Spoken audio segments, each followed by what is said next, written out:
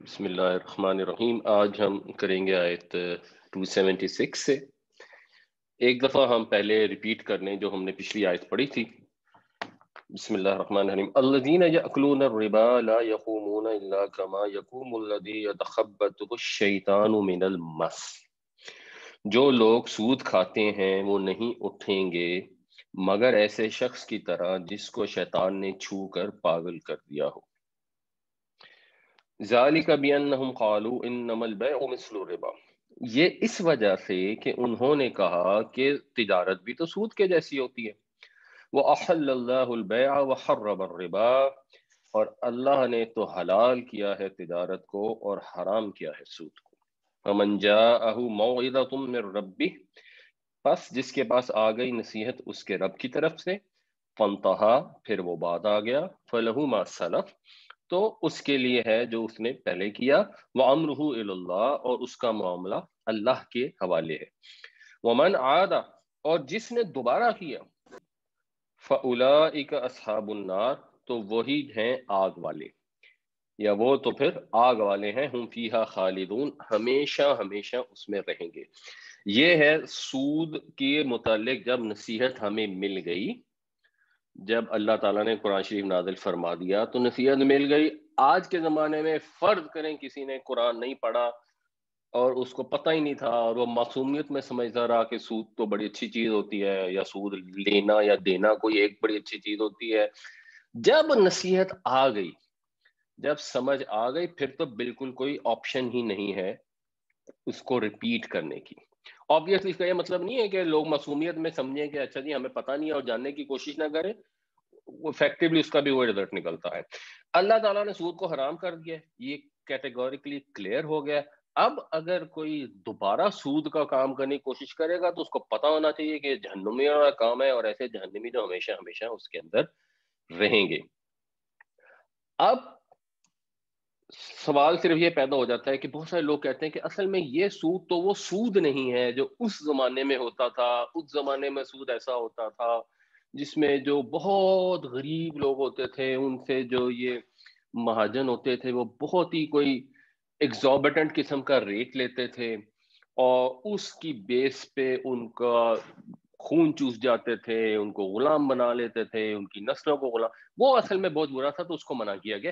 آج والا سود تو وہ سود ہی نہیں ہے، یا کسی انڈیویجول کو سود دینا تو سود ہے، حکومت کو سود دینا سود نہیں ہے کیونکہ حکومت کو تو کبھی لاس نہیں ہوتا ہے، یا اگر کاروباری پرپس کے لیے سود دیا جاتا ہے تو وہ تو سود نہیں ہے، وہ تو ربا نہیں ہے، وہ تو انٹرسٹ ہے۔ جو ربا ہے وہ تو یوزری ہوتی تھی۔ اس طرح کی بہت ساری لوگ باتیں کرتے ہیں، کنفیوژنس ہیں بہت سارے لوگوں کے ذہن میں، حالانکہ یہ اتنا آسان اور سادہ کانسیپٹ ہے، اور قرآن شریف میں جنرلی جو ڈفرینٹ کانسیپٹس ہیں نا ان کی ڈیفینیشنز نہیں بیان کی گئی، لیکن یہ ایسا امپورٹنٹ بھی تھا کانسیپٹ کہ اللہ تعالیٰ نے قرآن شریف میں ایک طرح سے اس کی ڈیفینیشن بیان کر دی ہے جو ذرا سا غور کر کے سمجھ لگ جاتی ہے اور ساری کنفیوژن کلیئر ہو جاتی ہے۔ تو بہت ہی ایک سادہ مسئلہ ہے جس کو لوگوں نے کمپلیکیٹ کر دیا۔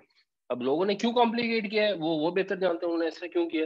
ہم اس کو آج انشاءاللہ سمجھنے کی کوشش کریں گے۔ آج کی کلاس میں سود کے متعلقہ جو سورہ بقرہ کی آیتیں وہ ختم ہو جائیں گی، تو آئی ہوپ کہ سب کو یہ کلیئرٹی ہوگی کہ سود ہوتا کیا ہے۔ 276 میں دوبارہ یہ ربا کا ورڈ یوز ہوگا، تو اس کو ایک نظر بس دیکھ لیں۔ یہ اس کا روٹ ہے رے، بے اور واو، اور اس روٹ سے جو 3 لیٹرڈ ہوتا ہے وہ ہوتا ہے ربا، اور اس کا مطلب ہوتا ہے بڑھنا۔ تو ربا کا مطلب ہو گیا وہ بڑھا، اس میں اضافہ ہوا، تو پھر یربو بن جاتا ہے اس کا مضارع، وہ بڑھتا ہے، اور اس کا جو مصدر ہے وہ ربا ہے۔ تو ربا کا مطلب ہوتا ہے بڑھوتری، پھر اصطلاحاً اس کو سود بھی کہا جاتا ہے۔ اچھا، اب اگر ہم دیکھیں 3 لیٹر اور باب افعال میں ہم نے پہلے سے پڑھا ہوا ہے، خرجہ کا مطلب ہوتا ہے وہ نکلا، اخرجہ کا مطلب ہوتا ہے اس نے نکالا، اور پھر یخرجو کا مطلب ہوتا ہے وہ نکالتا ہے۔ تو ربا کا مطلب ہے وہ بڑھا، اور اربا کا مطلب ہوگا اس نے بڑھایا، اور یوربی کا مطلب ہے کہ وہ بڑھاتا ہے۔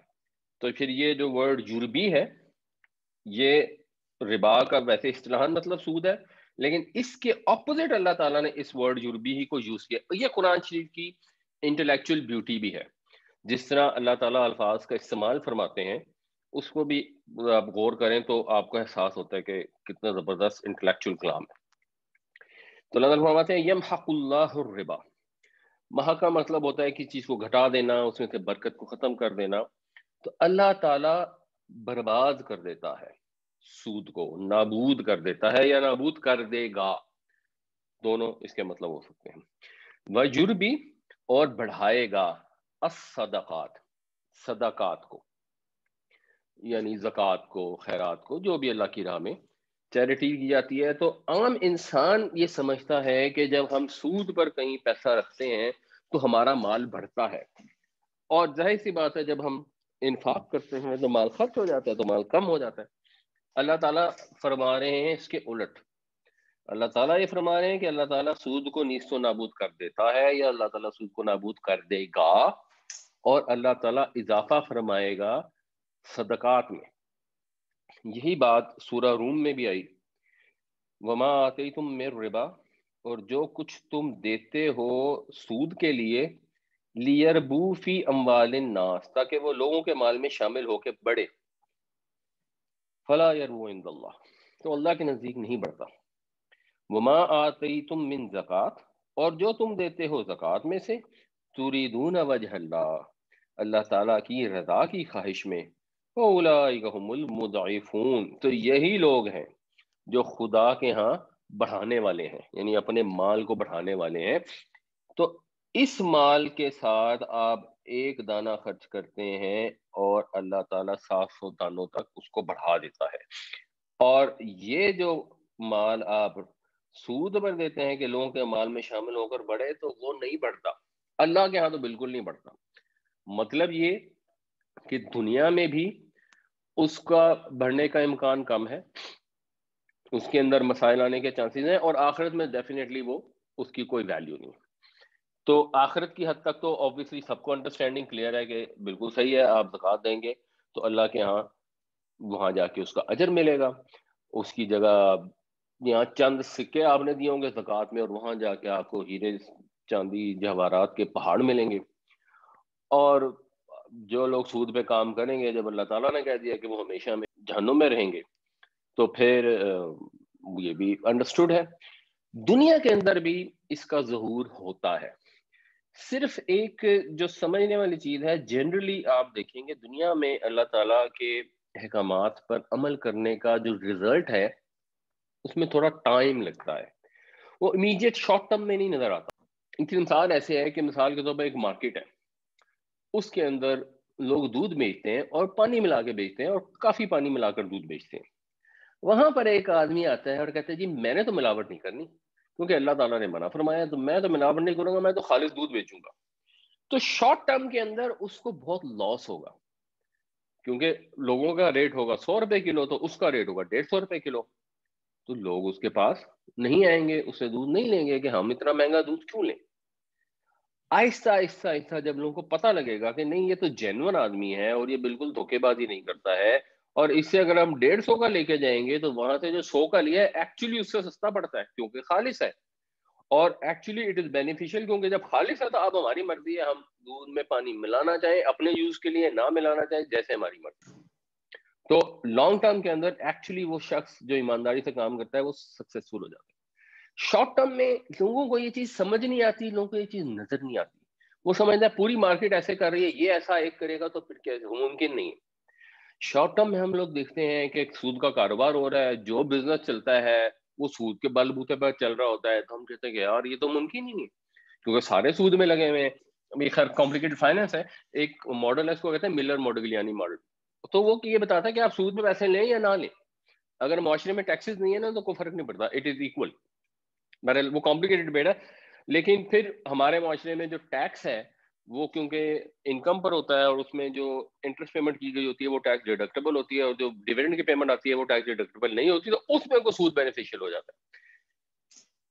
تو ان جنرل تو فائنینس کی روح سے بھی اگر یہ ٹیکس والا ایشو نہ ہو تو ویسے بھی سود میں اور ایکوٹی میں ان کے حساب سے فرق نہیں ہے. اور سود کے کیس میں بینکرپسی کاسٹ ایڈ ہو جاتی ہے، جو ایکوٹی کے کیس میں بینکرپسی کیونکہ نہیں ہوتی ہے تو وہ جو معاشرے کو نقصان ہے وہ نہیں ہوتا. اور یہ پھر جو سود کے نقصانات ہیں یہ وقتاً فوقتاً نظر آتے رہتے ہیں. ابھی پیچھے کچھ سال پہلے بھی امریکہ کے اندر جب ان کا ساری مارکیٹ کریش کر گئی تھی اور بہت سارے بینک جو ہیں وہ بینکرپٹ ہو گئے تھے، اور پھر ان کی حکومت کو بہت زیادہ پیسے ڈال کے ان کو سپورٹ کرنا پڑا. تو باہر گیا ہمارا مقصد یہ نہیں ہے سمجھنا کہ دنیا میں یہ ہوا وہ ہوا. ہمیں تو یہ پتا ہے کہ اللہ تعالیٰ نے یہ فرما دی ہے کہ وہ سود کو نابود کر دے گا، صدقات کو بڑھا دے گا، اور اللہ نے جو فرمایا ہے وہ حق ہے، اس میں کسی شک و شبہ کی گنجائش نہیں ہے. ہم نے اس چیز کا ایک دفعہ فیصلہ کر لیا ہے کہ اللہ ہمارا رب ہے، ہمارا خالق ہے، اس کے سوا کوئی معبود نہیں. قرآن اس کی کتاب ہے، نبی کریم صلی اللہ علیہ وسلم اس کے آخری رسول ہیں جو اس کی کتاب لے کے ہمارے پاس آئے ہیں. اب ہمارے پاس کوئی کنفیوژن اور شک اور شبہ ہونا نہیں چاہیے لاجیکلی کہ جی سود ہوگا تو کیا ہوگا اور سود کے بغیر کاروبار کیسے چلیں گے. آپ سود بغیر کام کرنا شروع کر دیں، آپ کو خود بخود پتہ لگ جائے گا کہ کاروبار چل جائیں گے. واللہ، اور اللہ، لا یحب، نہیں پسند کرتا، کل کفار اسیم. کافر ویسے کفر ہوتا ہے انکار کرنا بھی، اور اس کا مطلب ناشکری بھی ہوتا ہے. تو کل کا مطلب ایسے ہوتا ہے ہر، لیکن جب اردو محاورے میں نیگیٹو میں استعمال کریں گے تو پھر اس کو کہیں گے کسی. اللہ نہیں پسند کرتا کسی ناشکرے. اور اسیم کا مطلب ہے گناہگار. یہ بھی جیسے رحیم ہوتا ہے نا جس کی رحمت مستقل دائمی ہے، اسی طرح اسیم وہ ہے جو گناہ پہ قائم ہے، جو کرتا رہتا ہے. یہ نہیں کہ ایک آدھ دفعہ گناہ کر کے بعد آ گیا. تو ایسے لوگ جو سود پہ پیسے کھاتے ہیں وہ نہ شکریں، کیونکہ اللہ تعالیٰ نے ان کو ضرورت سے زائد دیا تھا. تو ان کو چاہیے تھا یا تو لوگوں کو قرض حسن دے دیتے یا ان کے ساتھ نفع نقصان کی بنیاد پہ پارٹنرشپ کر لیتے. انہوں نے کہا نہیں، ہمیں تو جو اللہ نے ضرورت سے زائد دیا ہم اس کے اوپر مزید پیسہ کمائیں گے. تو وہ تو سری نہ شکریں اور سود کا کام کر رہے ہیں، مسلسل کیے جا رہے ہیں، تو گناہگار ہیں. تو اللہ تعالیٰ کسی نہ شکرے کو، حق تلفی کرنے والے کو پسند نہیں فرماتا.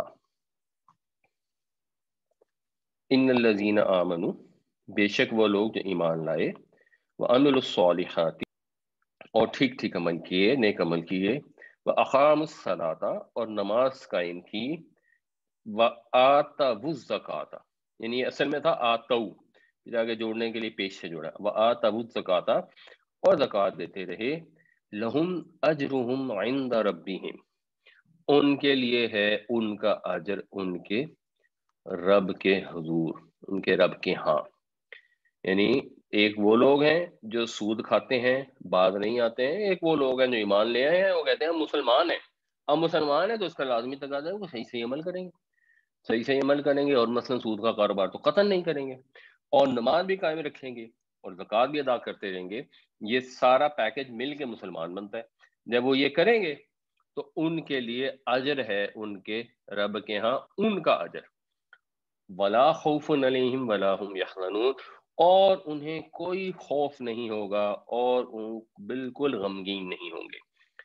تو نہ خوف ہوگا نہ وہ غم کریں گے، یعنی وہ جنت میں پہنچ جائیں گے. وہی ایک ایسی جگہ ہے نہ مستقبل کا کوئی اندیشہ ہوگا نہ ماضی کا کوئی حزن و ملال ہوگا. تو ایک وہ لوگ ہیں جو سود کھانے کے کام دوبارہ کریں گے، وہ جہنمی ہے، ہمیشہ ہمیشہ جہنم میں رہیں گے. ایک یہ لوگ ہیں. اب اللہ تعالیٰ آگے فرماتے ہیں، یا ایہا الذین آمنو، اے وہ لوگو جو ایمان لائے ہو، اتقوا اللہ، اللہ سے ڈرو. یہ بنیادی فیکٹر ہے. اگر کسی نے گناہ سے باز رہنا ہے، اگر کسی نے اپنا کاروبار کرنا ہے اور سود سے باز رہنا ہے، تو اس کے لیے جو موسٹ امپورٹنٹ فیکٹ ہے وہ یہ ہے کہ اس کو اللہ سے ڈرنا ہوگا. جس کے اندر خدا خوفی ہوگی اس کے اندر بڑا آسان ہے سود سے بچنا. جس کو خدا کا خوف نہیں ہوگا اس کے لیے ہیلے بہانے یا اگنورنس کا مظاہرہ کر کے سود پر کام کرنا بڑا آسان ہوگا. وَذَرُوا، یہ ہوتا ہے وَذَرَا، اس نے چھوڑا، یذرو وہ چھوڑتا ہے، تو اس سے پھر جو فعل امر بنے گا وہ بنے گا ذر، یعنی تو چھوڑ، اور اس کا پلورل ہوگا تم سب چھوڑ دو، ضرور، اور چھوڑ دو ما بقیہ من الربا، ما جو بقیہ جو باقی ہے، من الربا سود میں سے، یعنی سود میں سے جو باقی رہ گیا ہے وہ سب چھوڑ دو، ان کنتم مؤمنین، اگر تم مومن ہو۔ اے ایمان والو اللہ سے ڈرو اور چھوڑ دو جو باقی رہ گیا ہے سود میں سے، اگر تم مومن ہو۔ مطلب یہ کہ یہ ایک اب سچویشن تھی جس کے اندر عرب کے لوگ اس طرح فنکشن کر رہے تھے کہ انہوں نے سود پر دوسروں کو پیسے دیے ہوئے تھے، اور ہم تاریخ سے جانتے ہیں، بلکہ خطبہ حجۃ الوداع سے بھی پتہ لگتا ہے کہ حضور کے چچا حضرت عباس بھی لوگوں کو سود پر مال دیا کرتے تھے۔ تو حجۃ الوداع میں اللہ تعالیٰ نے فرمایا کہ سود سارے ختم کر دیا ہے، اور میں اپنے چچا عباس کا بھی جو سود ہے سب کا سب ختم کرتا ہوں۔ اور اس کے اندر کہ اللہ تعالیٰ نے یہ بتا دیا کہ یہ کانٹریکٹ اب انویلڈ ہے۔ کانٹریکٹ کے دو کمپوننٹ تھے بیسیکلی، ایک تھا آپ کا پرنسپل اماؤنٹ اور ایک تھا آپ کا سود۔ تو اللہ تعالیٰ نے یہ فرما دیا کہ یہ جو سود ہے اس کو چھوڑ دو، جو ہوئے کانٹریکٹ ہیں اس کے اندر بھی چھوڑ دو۔ جب ماضی میں کھا چکے ہو اس کی بات نہیں، وہ تو فلہو ما سلف، وہ اب جس نے کھا لیا اب اس کا معاملہ اللہ کے حوالے، وہ اس سے حکومت واپس نہیں کرائے گی کہ یار جو 5 سال سے سود کھا رہے ہو تو وہ بھی واپس کرو جس سے لیے، نہیں، وہ اللہ کے حوالے ہے۔ اب اس کی استطاعت ہوگی وہ اللہ تعالیٰ سے استغفار کرے گا، اگر استطاعت ہوگی تو واپس پے بیک کر دے گا، کچھ صدقہ کر دے گا، جو بھی کرے گا وہ اس کے کیس میں۔ لیکن ایز آف ٹوڈے جب یہ خطبہ حجۃ الوداع کے اوپر فیصلہ ہو گیا، حکم نازل ہو گیا، تو ایز آف ٹوڈے جو بھی آؤٹ اسٹینڈنگ کانٹریکٹس ہیں اس کے اندر جو سود کا پورشن ہے اس کو چھوڑ دو۔ تو اگر تم مومن ہو، سچے مومن ہو، تو یہ ایک سسٹم ہو گیا۔ اور اس کے بعد پھر یہ سسٹم ہوا کہ جب نبی کریم صلی اللہ علیہ وسلم نے مثلا نجران کے عیسائیوں سے معاہدہ کیا تو ان کے ساتھ بھی یہی معاہدہ ہوا کہ وہ سود کا لین دین نہیں کریں گے۔ آپ نے اس کو امپلیمنٹ فرما دیا، جہاں جہاں مسلمانوں کی حکومت قائم ہوتی تھی تو وہ ان کے ذاتی چیزوں پہ تو بعض اوقات اعتراض نہیں کرتے تھے، لیکن سود کی اجازت نہیں تھی، نہ لینے کی نہ دینے کی۔ اور انٹرسٹنگلی اس کو غامدی صاحب بھی مانتے ہیں کہ وہ جب حضور نے پھر امپلیمنٹ کر دیا اور سود دینے سے منع کر دیا تو ظاہر ہے پھر سود دینے سے بھی منع کر دیا۔ اس کو وہ بھی مانتے ہیں، ہمیں چاہتے ہیں کہ ہم سود دینے کسی طریقے۔ فا پس، ان اگر، لم تفعلوا، لم تفعلوا یعنی یہ اصل میں تھا تفعلون، تو یفعلو وہ کرتا ہے، تفعلو تو کرتا ہے، تفعلون تم سب کرتے ہو، لم تفعلو تم یہ سب نہ کرو۔ اگر تم ایسا نہ کرو، اگر تم نے باز نہ آئے سود لینے سے، اور جو تمہارے پاس کانٹریکچوئل اوبلیگیشن کے طور پر سود پینڈنگ ہے اگر تم نے اس کو نہیں چھوڑا، یعنی کو کہہ سکتا تھا نا کہ وہ تو پرانے سودے ہیں اب ان کا تو ہمیں دلوائیں، وہ تو آگے سے اس کو حرام کر دیں، نہیں، کچھ چیزیں ایسی ہیں جب حرام ہوئی تو بس پھر وہ پرانی چیزیں بھی اس کو ختم کرا دی گئی جو آؤٹ اسٹینڈنگ چیزیں تھیں۔ شراب کے معاملے میں بھی ایسے ہی ہوا، جب شراب حرام ہوئی اور کچھ لوگ تھے جو مثال کے طور پہ ان کو پتہ نہیں تھا اور انہوں نے شراب منگوائی ہوئی تھی، تو نبی کریم صلی اللہ علیہ وسلم نے کہا اس کو بھی چھوڑ دو، اور اس کو صرف یہ نہیں کیا کہ کہیں بیچ دو، اس کو ضائع کروا دیا۔ اور صرف شراب کو ضائع نہیں کرایا، شراب کے استعمال کے برتنوں کو بھی، جو مشکیزیں تھے جن کے اندر رکھی جاتی تھی، وہ بھی آپ نے ضائع کرا دیے، یعنی تاکہ لوگ اندازہ ہو کہ کتنی بری چیز ہے۔ یہاں پہ بھی اس کا اندازہ کرنے کی ضرورت ہے کہ جو الفاظ اللہ تعالیٰ نے قرآن شریف میں سوال فرمائے کہ اگر تم نے ایسا نہ کیا، فَأْذَنُوا، اذن کہتے ہیں کان کو سننے کو، اذینہ یا اذنو کا مطلب ہوتا ہے سننا، تو فَأْذَنُوا تو کان کھول کے سن لو، تو تیار ہو جاؤ، بِحَرْبٍ مِّنَ اللَّهِ، اللہ کے ساتھ جنگ کے لیے، وَرَسُولِهِ اور اس کے رسول کے ساتھ۔ اگر تم سود کے کاروبار سے باز نہیں آتے تو پھر تمہارے خلاف اللہ اور اس کے رسول کی طرف سے اعلان جنگ ہے۔ بالکل اسی طرح جیسے اگر کسی معاشرے میں کوئی حکومت کے خلاف بغاوت کر دے تو حکومت اس کے خلاف اعلان جنگ کر دیتی ہے، باغیوں سے لڑائی لڑتی ہے، جیسے ابھی ہم نے پیچھے لڑی وزیرستان کے علاقے میں جنگ، کیونکہ انہوں نے بغاوت کر دی۔ تو اب اس طرح کی چیز ہے سود کا کاروبار کرنا۔ اگر اسلامی حکومت کہیں صحیح معنوں میں قائم ہو اور کوئی گروہ کہے کہ نہیں ہم نے تو سود کا کاروبار کرنا ہے، تو اسلامی حکومت کے لیے لازمی ہے کہ ان کے خلاف وہ اعلان جنگ کرے۔ اس وقت کیونکہ اللہ کے رسول صلی اللہ علیہ وسلم حیات تھے تو آپ کی طرف سے اعلان جنگ کہا، آپ کی طرف سے اعلان جنگ ظاہر سی بات ہے اللہ کی طرف سے بھی اعلان جنگ ہے. اور اب جو بھی اسلامی حکومت ہوگی وہ خلیفہ ہے، اس سینس میں قائم مقام ہے، تو اس کا یہ فرض ہے کہ ایسے لوگوں سے جنگ کرے جو سود کا کام کرتے ہیں. یہ اتنی خطرناک چیز ہے اور انفارچونیٹلی لوگوں نے اس کو بہت ہی کیجول لیا، اور طرح طرح سے ان کی کوشش ہوتی ہے کسی طرح سے نہ لوگوں کو ہم سود معاف کرا دیں، کوئی ان کو فتویٰ دے دیں آپ کی کاروباری ضرورت ہے کوئی بات نہیں آپ سود کا کاروبار کر دیں، آپ کوئی بیوہ ہے کوئی غریب ہے کوئی بات نہیں وہ کر لے، کوئی مجبور ہے بیوہ ہے وہ خیر اس کا ذاتی فیصلہ ہے انہوں نے خود سوچنا ہے. لیکن معاشرتی طور پر اگر کوئی بیوہ ہے اور وہ بیچاری کہیں ڈیفینس سیونگ سرٹیفکیٹ میں پیسے رکھ کے اس کے ماہانہ آمدنی کھاتی ہے تو لوگ پورا معاشرہ بڑا مطمئن ہے کہ ہاں یہ بیچاری مجبور تھی اور یہ اب حرام کھا رہی ہے، اس سے کوئی بات نہیں، کیونکہ سود کو لوگ اس طرح حرام سمجھتے نہیں. جو نبی کریم صلی اللہ علیہ وسلم نے فرمایا تھا کہ ایک ایسا دور آئے گا کہ ہر انسان جو ہے نا کوئی بھی شخص سود کھانے سے بچ نہیں پائے گا، اور اگر سود نہیں کھائے گا تو اس کا غبار تو اس کو پہنچائے گا ہی. تو لوگوں کے اندر وہ سود کے ساتھ نفرت، یہ جو ان آیات میں اور جو نبی کریم صلی اللہ علیہ وسلم کی احادیث میں جو شناخت بیان کی گئی ہے اس کی فیلنگ ہی نہیں ہے. واہ، اور ان تم اگر تم توبہ کر لو، اگر تم نے توبہ کر لی، فلکم تو تمہارے لیے ہیں رؤوس اموالکم. یہ اردو میں بھی ایک لفظ استعمال ہوتا ہے رأس المال. یہ راس کا مطلب ہوتا ہے سر، جس سے پھر رئیس بھی ہے، سردار کو رئیس کہتے ہیں. تو راس المال کا مطلب ہوتا ہے پرنسپل اماؤنٹ، کیپٹل، اور اس کی پھر پلورل ہو گئی رؤوس اموالکم، کہ اگر تم توبہ کر لو تو تمہارا جو کیپٹل اماؤنٹ ہے، تمہاری جو پرنسپل ویلیوز ہیں، وہ تمہارا حق ہے، وہ تمہارے لیے، وہ تم واپس لے لو.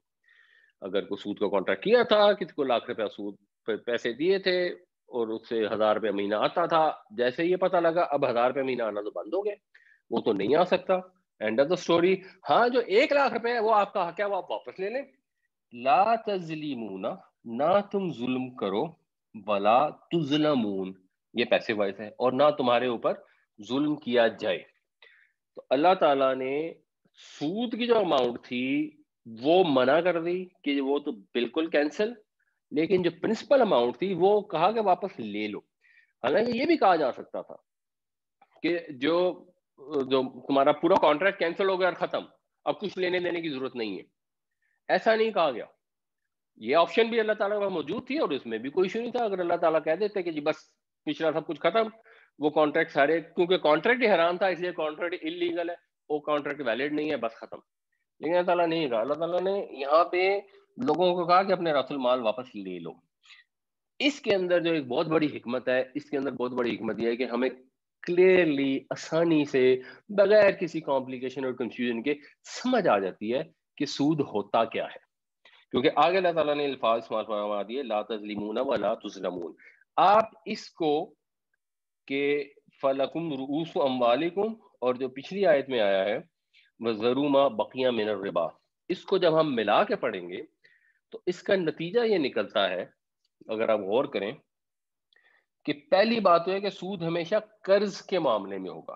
اب آپ نے لون دیا ہوگا نا، اس کیس میں سود ہوگا، بیکاز اس کیس کے اندر آپ کی جو پرنسپل اماؤنٹ ہے وہ گارنٹیڈ ہوگی، آپ کو واپس ملنے کی آپشن ہوگی. جب آپ کسی کو مثال کے طور پہ بزنس کے اندر پیسے لگاتے ہیں تو وہاں آپ کسی کو یہ نہیں کہہ سکتے اگر آپ نے پروفٹ اینڈ لاس شیئرنگ کے اوپر پیسے لگائے، اب آپ نہیں کہہ سکتے کہ ہمارا راس المال واپس کرو. آپ نے 1 کروڑ روپیہ لگایا، پتا لگا اگلے سال پروفٹ ہو گیا تو آپ کہیں گے یار 10 لاکھ پروفٹ ہوا ہے، بیچ میں سے 5 لاکھ میرا ہے، میرا 5 لاکھ بھی دو، 1 کروڑ روپیہ بھی دو، آپ کہہ سکتے ہیں. لیکن اگر 10 لاکھ لاس ہو گیا، اب آپ یہ نہیں کہہ سکتے کہ میرا 1 کروڑ روپیہ واپس کرو. اب تو آپ کو 95 لاکھ واپس مل سکتا ہے اگر آپ نے اس کو وہاں پہ اینڈ کرنی ہے. تو اس کا مطلب ہے کہ اگر آپ نے پروفٹ اینڈ لاس شیئرنگ پہ پیسے لگائے ہیں تو وہ سود نہیں ہے. سود کے ہونے کے لیے یہ شرط ہے کہ وہ قرض کا معاملہ ہو، وہ لون ہو، ڈیٹ ہو، ایک پارٹی ڈیٹر ہو، ایک پارٹی کریڈیٹر ہو، اس کیس میں سود ہوگا، ادروائز نہیں ہوگا. دوسری، اگر آپ نے مثال کے طور پر کسی کو مکان کرائے پہ دے دیا، تو اب جب آپ کسی کو مکان کرائے پہ دے رہے ہیں تو اس کے اندر آپ اس سے مطالبہ نہیں کر سکتے کہ مجھے ہر حال میں میرا مکان ایز اٹ از واپس چاہیے. مثال کے طور پہ اس پہ بجلی گر جاتی ہے تو کچھ بھی نہیں ہوگا, جو مالک مکان ہے اسی کا نقصان ہے. مثال کے طور پہ مارکیٹ میں پراپرٹی کی قیمتیں بہت گر جاتی ہیں, اس نے 4 کروڑ کا مکان خرید کے آپ کو کرائے پہ دے دیا, پراپرٹی گر کے رہ گئی 2 کروڑ کی. اب وہ ٹیننٹ سے مطالبہ تو نہیں کرے گا کہ جی میرا 4 کروڑ کا روپیہ واپس لا کے دو. اگر وہ مطالبہ کرے کہ مجھے 4 کروڑ روپے واپس لا کے دو تو پھر وہ لون کا معاملہ ہے, پھر وہ رینٹ نہیں ہے. یہ اس سے کلیئرلی سمجھ آ جاتی ہے آپ کو. جب لوگ سوال کرتے ہیں کہ اچھا جی وہ ہم نے تو مکان کا کرایہ لے سکتے ہیں, تو پیسوں کا بھی تو کرایہ لے سکتے ہیں, ہم کسی کو مکان دیتے ہیں تو دکان دیتے ہیں تو کرائے پہ اس میں بزنس کرتا ہے تو ہمیں وہ پھر ہر مہینے فکس پیسے دیتا ہے نا. تو اگر ہم نے اس کو بجائے دکان کرائے پہ دینے کے لیے ہم نے اس کو ویسے فنڈ دے دیے تو ہمیں اس کے اوپر فکس پیسے دے رہا ہے. تو اس میں کیا فرق ہے؟ اس میں یہ فرق ہے, جب آپ نے کسی کو دکان لینڈ کی ہے کرائے کے اوپر تو اب دکان کے آپ ویلیو گر جائے ویلیو بڑھ جائے, اس میں کو ٹرک آ کے ٹکر مار دے, اس کے اوپر بجلی گر جائے, وہاں خدا نخواستہ آتش زدگی ہو جائے جیسے اللہ تعالیٰ سب کے حال پہ رحم کرے ایپی سینٹر میں بھی ہوئی ہے, تو وہ آپ کو جو مالک مکان کا نقصان ہے کرایہ دار کو واپس نہیں کرے گا مکمل. تو اس کے اندر ہو بہو ملنے کی یہ سادہ ڈیفینیشن کہ اگر کوئی لون کا معاملہ ہے تو چھوڑ دو جو کچھ اس کے اوپر ہے. اگر آپ نے کسی کو لون, اگر آپ نے پراپرٹی میں انویسٹمنٹ کی ہے, بزنس میں انویسٹمنٹ کی ہے, اگر آپ نے پروفٹ اینڈ لاس کی فارم میں, تو آپ اوپر کے اوپر نفع لے لیں, بالکل الاؤڈ ہے. اگر آپ نے اس کو لون لیا ہے آپ اس پہ نفع نہیں لے سکتے, وہ آپ کے لیے پھر راس المال ہے, صرف اس اموالی کو میں صرف اس صورت میں, کیونکہ اگر آپ نے اپنے راس المال سے زیادہ لیا تو پھر آپ ظلم کریں گے. یہ اس سے کلیئر ڈیفینیشن پتہ لگ جاتی ہے. تو اصل مال کے اوپر آپ کچھ لے نہیں سکتے, یہ پاسبل ہی نہیں ہے. اور اگر آپ نے اس کے اوپر کسی قسم کا نفع لیا ہے تو وہ ربا ہے. یہی سود کی ڈیفینیشن ہے کہ قرض کی صورت میں کسی قسم کا کوئی نفع لینا وہ ربا ہے. یہ کلیئرلی ڈیفینیشن بن جاتی ہے. اور یہ جو الفاظ استعمال ہوئے ہیں لا تظلمون ولا تظلمون, ان الفاظ سے یہ مزید واضح ہو جاتی ہے. مثلا وہ لوگ جو یہ کہتے ہیں کہ اصل میں تو ربا یوزری ہوتی تھی جو ان سے لی جاتی تھی بڑے غریب لوگوں سے, اور بہت کوئی ایگزوربیٹنٹ ریٹ کے اوپر لی جاتی تھی. تو اگر یہ بات ہوتی کہ غریبوں سے لیے جانے والا سود جو ہے وہ ربا ہے اور جو امیروں سے سود لیا جائے گا وہ ربا نہیں ہے, تو پھر یہاں پر یہ الفاظ استعمال ہوتے کہ تم اپنے راس المال واپس لے لو اور وہ والا سود واپس لے لو جو امیروں کو دیا گیا قرضہ ہے, اور غریبوں کو جو دیا ہے اس پہ واپس نہ لو. کیونکہ اگر امیروں سے لینا جائز ہوتا اور یہاں پہ منع کر دیا کہ وہ نہیں لینا تو پھر یہ تو ظلم کا معاملہ ہوتا. یہاں تو یہ کہہ رہا ہے کہ نہ تمہاری حق تلفی ہو نہ ان کی تم کسی حق تلفی کرو. اگر قرض دیا ہے اور تم اس کے اوپر اضافی لوگ ہیں تو تم حق تلفی کر رہے ہو. اگر جو تمہارا راس المال ہے, جو تمہاری پرنسپل اماؤنٹ ہے, وہ تمہیں واپس نہ ملے تو تمہارے ساتھ حق تلفی ہو جائے گی. تو کیونکہ تمہارے ساتھ حق تلفی نہ ہو جائے اس لیے اپنی پرنسپل اماؤنٹ واپس لے لو. اس لیے اللہ تعالیٰ نے اوور آل کانٹریکٹ کو کینسل نہیں کیا, پرنسپل لاؤ کر دیا. تو اگر امیروں سے لینا الاؤڈ ہوتا نا تو پھر یہاں پہ وہ بھی تو حق تلفی ہو جاتی کہ تم امیروں سے لے سکتے ہو, اور اللہ نے وہ الاؤ نہیں کیا. یہ الفاظ کے لا تظلمون ولا تظلمون یہ اس کو کلیئر کر رہے ہیں کہ غریبوں کو دیا ہے یا امیروں کو دیا ہے, یہ دونوں سود ربا ہے, دونوں چھوڑنے پڑیں گے. اگر لوگ یہ کہتے ہیں کہ جی ذاتی ضرورت کے لیے دیا جانے والا سود ربا ہوتا ہے, آپ نے بزنس پرپز کے لیے دیا نا تو وہ تو سود نہیں. تو پھر یہ الفاظ ہوتے کہ تم واپس لے لو اپنا راس المال اور واپس لے لو وہ نفع جو تم بزنس مین سے لیتے ہو. جو لوگ کاروبار کرنے والے ہیں ان سے تم نفع لیتے رہو, اس میں کوئی ایشو نہیں. یہ الفاظ تو استعمال نہیں ہوئے. یہاں تو کیا گیا کہ سب کچھ چھوڑ دو. اگر وہ اجازت ہوتی اور اس سے بھی منع کیا جاتا تو پھر وہ بھی لا تظلمون میں آ جاتا, لیکن لا تظلمون میں صرف پرنسپل اماؤنٹ آتی ہے. پھر کچھ لوگ کہتے ہیں اصل میں سود جو تھا نا وہ بہت 40% 50% انٹرسٹ ریٹ ہوتا تھا. ایک تو پہلے سمجھنے والی بات یہ کہ جس کو کہا جاتا ہے نا ایگزوربیٹنٹ انٹرسٹ ریٹ, یہ دنیا میں کوئی ایگزسٹ نہیں کرتا. ہر کمپنی کی ایک رسک پروفائل ہوتی ہے، اس رسک پروفائل کے حساب سے اس کا interest rate market forces calculate کرتی ہیں. وہ مارکیٹ فورسز کی بنیاد پہ انٹرسٹ ریٹ کیلکولیٹ ہوتا ہے. اگر ایک کمپنی ہے اس کی کریڈٹ ریٹنگ بہت اچھی ہے، اس کو ہو سکتا ہے 10% انٹرسٹ پہ سود مل جائے. اور ایک کمپنی ہے اس کی کریڈٹ ریٹنگ بہت خراب ہے، اس نے ماضی میں بہت لاسز کیے ہیں، یا اس کی لیوریج بہت زیادہ ہے، اس کے پاس قرض کی اماؤنٹ بہت زیادہ ہے، اپنی پرسنل ایکوٹی بہت کم ہے، اس کو ہو سکتا ہے 20% میں ملے، 30% پہ پڑے. دنیا میں جب فائنانس کی نالج ترقی کر گئی ہے تو یہ اسٹیبلش ہو گیا ہے کہ ایگزوربیٹنٹ انٹرسٹ ریٹ کوئی ہوتا ہی نہیں ہے. اگر امریکہ کے اندر انفلیشن جو ہے اور ان کی کرنسی کی جو ویلیو ہے وہ سٹیبل ہے، انفلیشن کم ہے، تو وہاں پہ انٹر بینک ریٹ 1% ہوگا، 0.5% ہوگا. ہمارے ملک میں جب کرنسی ڈی ویلیو کر رہی ہوتی ہے تو انٹر بینک ریٹ جو ہے وہ 10-12% پہ چلا جاتا ہے. جب اسٹرانگ ہوتی ہے، جب متصرف کے دور میں تھے تو 1% پہ تھا. تو نہ وہ 1% ایگزوربیٹنٹ ہے، نہ 12% ایگزوربیٹنٹ ہے. یہ تو پہلے اکنامک کی کامن سینس سے ہی پتہ ہے. دوسرے، اگر یہاں پہ ایسی بات ہوتی تو پھر اللہ تعالیٰ کہتے ہیں کہ ان سے لے لو اپنے راس المال اور تھوڑا سا معقول منافع، تاکہ نہ تم پر ظلم ہو نہ تم ان پہ ظلم کرو. لیکن وہاں تھوڑا سا معقول منافع نہیں لینے کی اجازت دی گئی. اگر کوئی تھوڑا سا معقول منافع لینے کی اجازت ہوتی اور اللہ تعالیٰ منع کر دیتے تو پھر وہ ظلم ہو جاتا. تو یہ چیز بالکل کلیئرلی اس کو ڈیفائن کر دیتی ہے کہ اگر قرض کے معاملے میں کچھ بھی نفع لیا جائے گا تو وہ سود ہوگا، وہی ربا ہے. اب اس چیز کو آپ ہر جگہ اپلائی کر کے بڑی آسانی سے سمجھ سکتے ہیں. آپ نے کسی کو بھی اگر لون دیا ہے اور اب اگر آپ اس کے اوپر اس سے پیسے زیادہ اس وجہ سے مانگتے ہیں کہ آپ نے لون کیا تھا، اور جہاں تک میری انڈرسٹینڈنگ ہے اس حساب سے اگر آپ سیل کر رہے ہیں کوئی چیز اور اس کی دو پرائسز ایگزسٹ کرتی ہیں، ایک کیش کی قیمت ہے اور ایک ادھار کی قیمت ہے، تو اس کیس میں جب ان میں ڈفرنس آئے گا تو وہ ڈفرنس اگر ریزن اس کی ادھار ہے تو وہ بھی سود بن جائے گی. اب لوگ کہیں جی اس کے بغیر تو کاروبار ہو نہیں سکتا، اس کے بغیر کاروبار ہو سکتا ہے. آپ کر کے دیکھیں گے تو پتہ لگ جائے گا. ہم تو کرتے ہیں، اللہ کا شکر ہے ہمارا کاروبار وہ کئی سالوں سے اسی طرح چل رہا ہے. اچھا، اب یہ تو قرآن شریف کی ڈیفینیشن کلیئر ہو جاتی ہے. یہی ڈیفینیشن نبی کریم صلی اللہ علیہ وسلم نے فرمائی ہے کہ آپ نے فرمایا الذهب بالذهب، یعنی اگر کوئی کسی کو تم نے سونا دیا ہے تو جتنا سونا دیا ہے اتنا ہی واپس لو، وزنم بوزن، اتنی ہی مقدار، مثلم بمثل، وہی معیار، سیم کوالٹی کا اتنا ہی سونا تم نے واپس لینا ہے جب تم نے کسی کو سونا دینا ہے. اس میں تم کوئی معمولی نفع، کوئی کم شرح سود کا نفع، کوئی کاروباری ضرورت کے لیے دیے گئے چیز کے اوپر نفع وہ نہیں تم لے سکتے. تم نے اتنا ہی واپس لینا ہے. والفضة بالفضة، اور چاندی کے بدلے چاندی، وہی مقدار وہی معیار.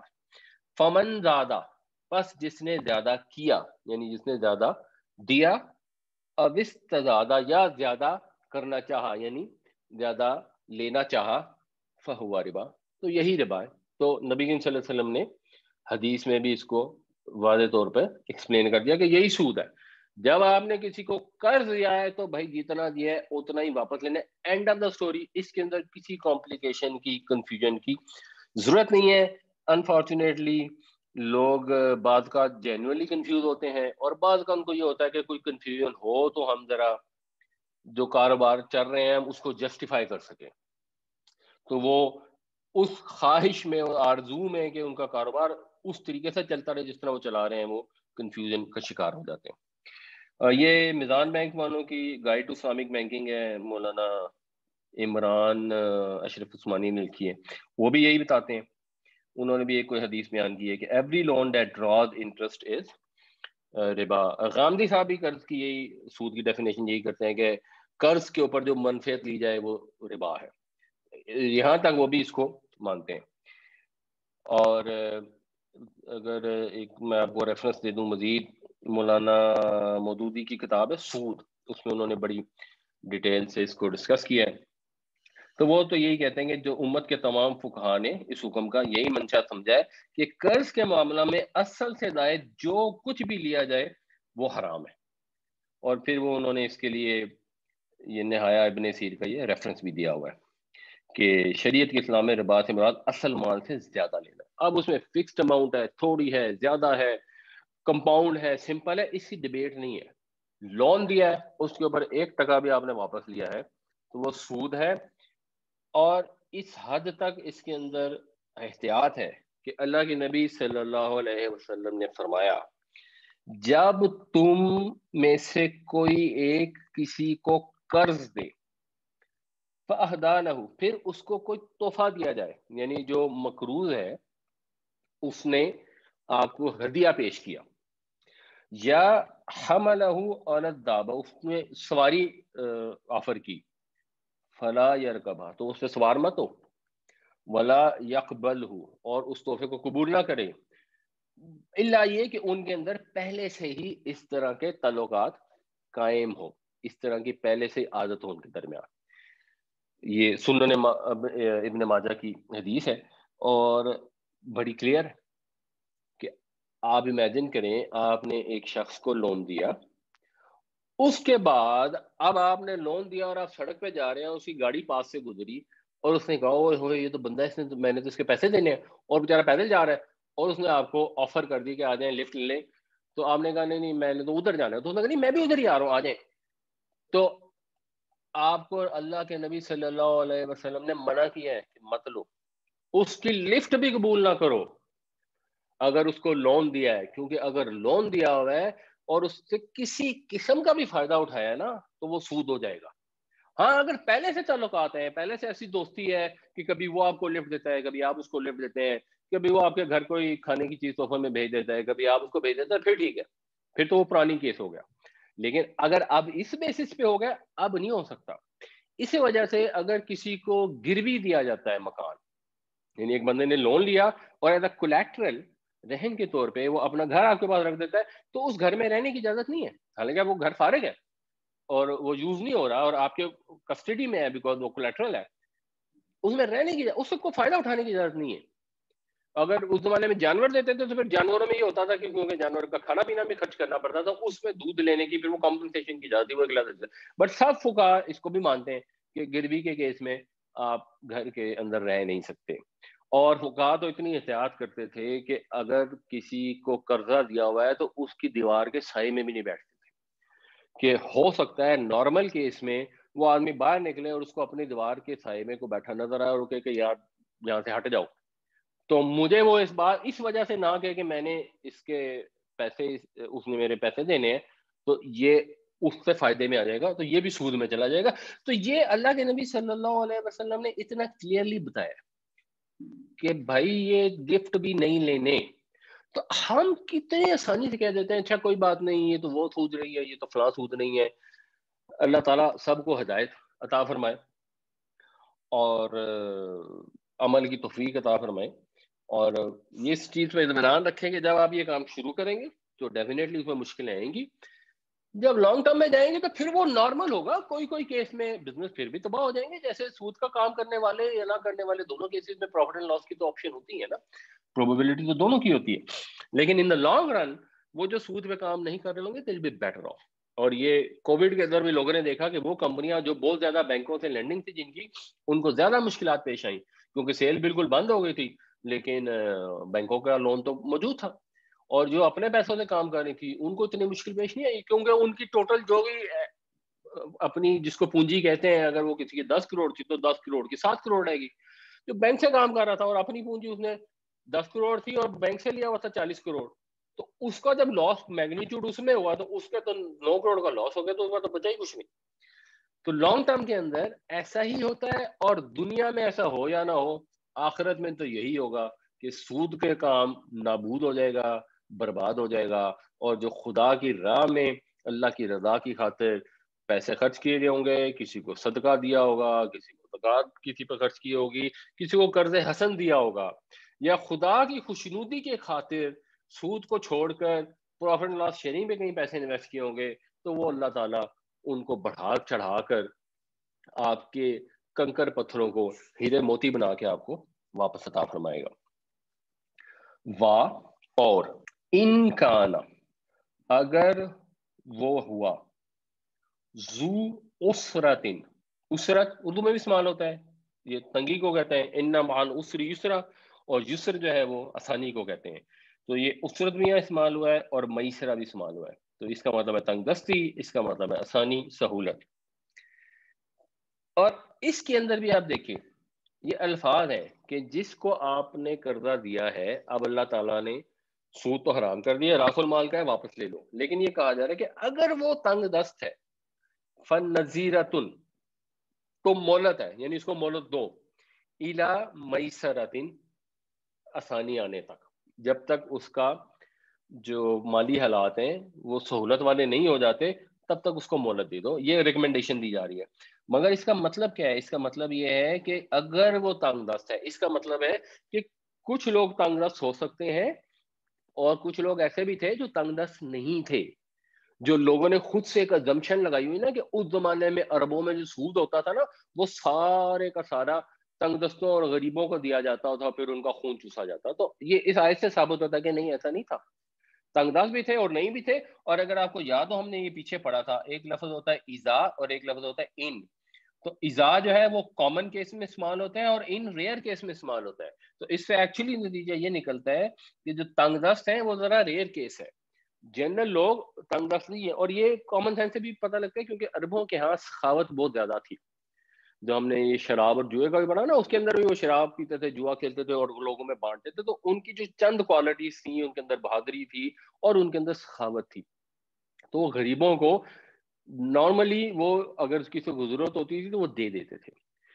ان کے ہاں جو ایکچوئل لون دیے جاتے تھے وہ بزنس کے لیے دیے جاتے تھے، جیسے حضور کے چچا حضرت عباس بھی دیتے تھے. ان سے کسی کو یہ توقع نہیں ہو سکتی کہ حضرت عباس جیسی شخصیت غریبوں کا خون چوس کے اس پر سود کھاتی ہوگی. ایسا نہیں تھا، وہ بزنس کے لیے دیتے تھے. کیونکہ عربوں کے ہاں مکہ میں جو اصل کاروبار تھا وہ تھا ہی تجارتی قافلے. تو تجارتی قافلے جاتے تھے ایک جگہ سے دوسری جگہ، وہاں سے مال خرید کے لاتے تھے، دوسری جگہ سے بیچتے تھے. اس کے لیے ان کو پیسے چاہیے ہوتے تھے، وہ جا کے ٹرپ کمپلیٹ کر کے واپس آتے تھے تو راس المال بھی دے دیتے تھے واپس، اور جو اس کے اوپر سود ہوتا تھا وہ بھی دے دیتے تھے اور اپنا نفع کما لیتے تھے. یہ کامن ان کی پریکٹس تھی اور یہ اس آیت کے الفاظ سے بھی ثابت ہوتی ہے. اب مسلمانوں کے اندر اللہ تعالیٰ کیا وہ چاہتے ہیں، مینٹالٹی ان کا کیا سوچ ان کے اندر ڈیولپ کرنا چاہتے ہیں کہ بھائی پہلی تو بات سود پہ تو خیر پیسے لینے ہی نہیں. اگر اب راس المال تمہارا حق ہے، وہ بھی اگر کسی کو تنگی ہے، کوئی مشکل میں ہے، تو اس کو مہلت دو. وَأَن تَصَدَّقُوا، اور اگر تم صدقہ کر دو، اور یہ چیز کہ تم صدقہ کر دو، خیر لکم، یہ زیادہ بہتر ہے تمہارے لیے. ان کنتم تعلمون، اگر تم جانو، اگر تم اس چیز کو سمجھ سکو تو یہ چیز کہ تم ان کو صدقہ کر دو. یعنی مطلب یہ نکلتا ہے کہ کوئی آدمی تھا، وہ تھا مالدار، اس نے آپ سے ڈیل کر دی، بعد میں اب اس کو بزنس میں لاس ہو گیا، اب وہ اسرا ہو گیا، اب وہ آپ کو پیسے دے نہیں سکتا امیڈیٹلی. تو آپ اول تو اس کو مہلت دے دیں، اور اگر آپ کو لگ رہا ہے کہ یار شاید اس کو مہلت دے کے بھی اس کے لیے دینے مشکل ہے، تو کوئی بات نہیں، صدقہ کر دو. وہ صدقہ کر دو گے تو اللہ تعالیٰ یربی صدقات، وہ صدقات کو بڑھاتا ہے. اگر تم سمجھو گے تو پھر یہ تمہارے لیے حق میں زیادہ بہتر ہے. وَاتَّقُوا، اور ڈرو. اب یہ پھر وہی بات ریپیٹ ہو رہی ہے، یہ چیز دوبارہ سمجھائی جا رہی ہے جہاں پہ یہ ٹاپک کنکلوڈ ہو رہا ہے کہ ڈرو اس دن سے. وَاتَّقُوا يَوْمًا تُرْجَعُونَ فِيهِ، جس دن کے اندر تم لوٹائے جاؤ گے الی اللہ، اللہ کی طرف. تو اس دن سے ڈرو جب تم اللہ کی طرف لوٹائے جاؤ گے. جب وہاں جاؤ گے تو وہاں خدا کے حضور کھڑے ہو کر جواب دینا پڑے گا. ثم توفا، پھر پورا پورا دے دیا جائے گا، کل نفس، ہر نفس کو، ہر شخص کو، ما کسبت، جو اس نے کمایا، جو اس نے کمائی کی ہوگی، جو اچھے یا برے عمل کیے ہوں گے وہ پورے پورے دیے جائیں گے. وہم لا یظلمون، اور ان پر ظلم نہیں کیا جائے گا. یمحق اللہ الربا ویربی الصدقات، اللہ تعالیٰ نابود کر دے گا ربا کو اور وہ بڑھائے گا صدقات کو. واللہ لا یحب کل کفار اثیم، اور اللہ تعالیٰ نہیں پسند کرتا ہر ناشکر حق تلفی کرنے والے کو. ان الذين آمنوا وعملوا الصالحات واقاموا الصلاة وآتوا الزكاة لهم اجرهم عند ربهم ولا خوف عليهم ولا هم يحزنون. بے شک وہ لوگ جو ایمان لائے اور نیک عمل کیے اور نماز قائم کرتے رہے اور زکوٰۃ ادا کرتے رہے، ان کے لیے ہے ان کا اجر ان کے رب کے پاس، اور ان کو کوئی خوف نہ ہوگا اور نہ وہ غمگین ہوں گے۔ یا ایھا الذین آمنوا اتقوا اللہ وذروا ما بقی من الربا ان کنتم مؤمنین، اے ایمان والو ڈرو اللہ سے اور چھوڑ دو جو باقی رہ گیا ہے سود میں سے، فَإِن لَّمْ تَفْعَلُوا فَأْذَنُوا بِحَرْبٍ مِّنَ اللَّهِ وَرَسُولِهِ وَإِن تُبْتُمْ فَلَكُمْ رُءُوسُ أَمْوَالِكُمْ لَا تَظْلِمُونَ وَلَا تُظْلَمُونَ۔ پس اگر تم ایسا نہ کرو تو تیار ہو جاؤ اللہ اور اس کے رسول سے جنگ کے لیے، اور اگر تم توبہ کر لو تو تمہارے لیے ہیں تمہارے پرنسپل اماؤنٹس، نہ تم ظلم کرو اور نہ تم ظلم کیے جاؤ۔ وَإِنْ كَانَ ذُو عُسْرَةٍ فَنَظِرَةٌ إِلَى مَيْسَرَةٍ وَأَنْ تَصَدَّقُوا خَيْرٌ لَكُمْ إِن كُنتُمْ تَعْلَمُونَ، اور اگر وہ ہوا تنگ دست تو مہلت دو آسانی ہونے تک کے لیے، یہ کہ تم صدقہ کر دو تو یہ بہتر ہے تمہارے لیے اگر تم سمجھو۔ وَاتَّقُوا يَوْمًا تُرْجَعُونَ فِيهِ إِلَى اللَّهِ ثُمَّ تُوَفَّى كُلُّ نَفْسٍ مَّا كَسَبَتْ وَهُمْ لَا يُظْلَمُونَ، اور ڈرو اس دن سے جب تم لوٹائے جاؤ گے اللہ کی طرف، پھر وہ پورا پورا دے دے گا ہر جان کو جو اس نے کمایا، اور ان پر کوئی ظلم نہ ہوگا۔ اب یہ جو خدا کا تقوی ہے اور جو اللہ سے ڈرنا ہے، اس کو ذرا آج کل کے کانٹیکٹ میں سمجھیں۔ یہ تھوڑا ہمارے پاس وقت ہے تو میں چاہتا ہوں کہ میں اس کو تھوڑا سا آپ کو ایکسپلین کر دوں۔ شاید تھوڑی سی ٹیکنیکل ڈسکشن ہے، بٹ آئی ٹرائی کہ میں اس کو سمپلیفائی کر کے بتاؤں تو آپ لوگوں کو نا آسانی سے سمجھ آ جائے۔ ایک چیز یہ سمجھنی چاہیے، یہ تفسیر ابن کثیر میں انہوں نے ایک حدیث بیان کی ہے کہ نبی کریم صلی اللہ علیہ وسلم یہ فرماتے ہیں کہ یہودیوں کی طرح ہیلے کر کے ذرا سی دیر کے لیے اللہ کے حرام کو حلال نہ کر لینا۔ یہ اس واقعے کے کانٹیکس میں ہے جب انہوں نے ہفتے کے دن شکار کرنے پہ پابندی تھی، اور انہوں نے کوئی 2 نمبر طریقہ ایسا اختیار کیا جس میں ایکچولی ہفتے کے دن شکار تو نہیں کیا، لیکن نتیجہ یہ ہوا کہ مچھلیاں ان کے بعد پھنس جاتی تھی، اور اللہ تعالیٰ نے پھر ان کو سزا دی جو ہم پیچھے پڑھ آئے ہیں کہ کونو قردۃ خاسئین، کہ پھٹکارے ہوئے بندر بن جاؤ۔ تو بنی اسرائیل کو یہ سزا دی گئی تھی ہیلے بہانے کر کے خدا کے حرام کو حلال کرنے کی۔ ہمارے ہاں بھی لوگوں میں بہت ٹینڈنسی ہے کہ ہم بھی کسی طرح کو ہیلے بہانے کریں اور سود کو حلال کر لیں۔ یہ بہت زیادہ سوچ ہے لوگوں کی۔ کچھ لوگ اب اس میں آگے بڑھ گئے ہیں، وہ تو خیر کہتے ہیں کہ جی ہیلے بہانے کی ضرورت ہی نہیں ہے، سود ہے ہی حلال۔ ایک آپ نے پچھلی ہم نے ڈسکس کیا جس میں انہوں نے سود دینے کو بالکل نیک شریف کام قرار دے دیا تھا۔ اسی طرح غامدی صاحب اور ان کے جو ساتھی ہیں، ان کا آج کل ایک نیا بیانیہ بھی چل رہا ہے۔ وہ یہ کہتے ہیں کہ جو مارٹگیج ہے نا، یہ تو اصل میں سود ہے ہی نہیں، یہ تو کرایہ ہے، اور یہ بالکل حلال ہے۔ آپ نے اگر بھیڑ بکری کا نام غلطی سے خنزیر رکھ دیا ہے تو اس سے وہ حرام تھوڑی ہو جائے گا۔ بھیڑ بکری تو حلال ہی ہے، تو وہ اللہ نے حلال کے تو حلال ہی رہے گی۔ یہ جو مارٹگیج ہے نا، یہ بالکل پاک صاف آسان چیز ہے، اس میں کوئی مسئلہ نہیں۔ اور وہ بڑے شد و مت سے، اور خاص طور سے جب غامدی صاحب تشریف لے جاتے ہیں کہ امریکہ کینیڈا ٹائپ ملکوں کے اندر جہاں پہ مارٹگیج بہت کامن ہے، اور بہت سارے مسلمانوں نے مارٹگیج لی بھی ہوئی ہے کیونکہ رینٹل اتنا کامن نہیں ہے، یا رینٹ میں ہوتا یہ ہے کہ اتنا ہی تقریباً اماؤنٹ پڑ جاتی ہے جتنی مارٹگیج کی ہوتی ہے۔ تو کہتے ہیں یار مطلب اتنا ہی رینٹ دینا ہے تو پھر بیکاز انٹرسٹ کم ہوتے ہیں بیسک، اور مارٹگیج میں کیونکہ بینکوں کے پاس کولیٹرل ہوتا ہے، تو جو انڈر لائن ایسٹ ہوتا ہے، اگر کسی نے گھر مارٹگیج کرایا تو اس گھر کے کاغذات بینک کے پاس ہوتے ہیں، تو وہ ان کے لیے ایک طرح سے سیکیورٹی ہوتی ہے، تو ان کا رسک کم ہوتا ہے، تو اس میں ریٹ بھی کم لگاتے ہیں ان ملکوں میں۔ تو پھر رینٹ کا اور مارٹگیج کا نا ڈفرنس بہت کم رہ جاتا ہے۔ تو لوگ کہتے ہیں یار چلو رینٹ دینے کی تھوڑے سے پیسے زیادہ دے کے مارٹگیج ہی کر لو، تو 20 سال بعد 30 سال بعد گھر ہمارا اپنا ہو جائے گا، تو اپنے گھر کی بڑی ضرورت ہے۔ اب ان کو اندر سے گلٹ ہوتی ہے کہ ہم کر تو سود کا کام رہے ہیں، تو یہ حرام، اور پوری دنیا میں جتنے بینک ہیں وہ سارے اس کو کہتے ہیں سود ہے۔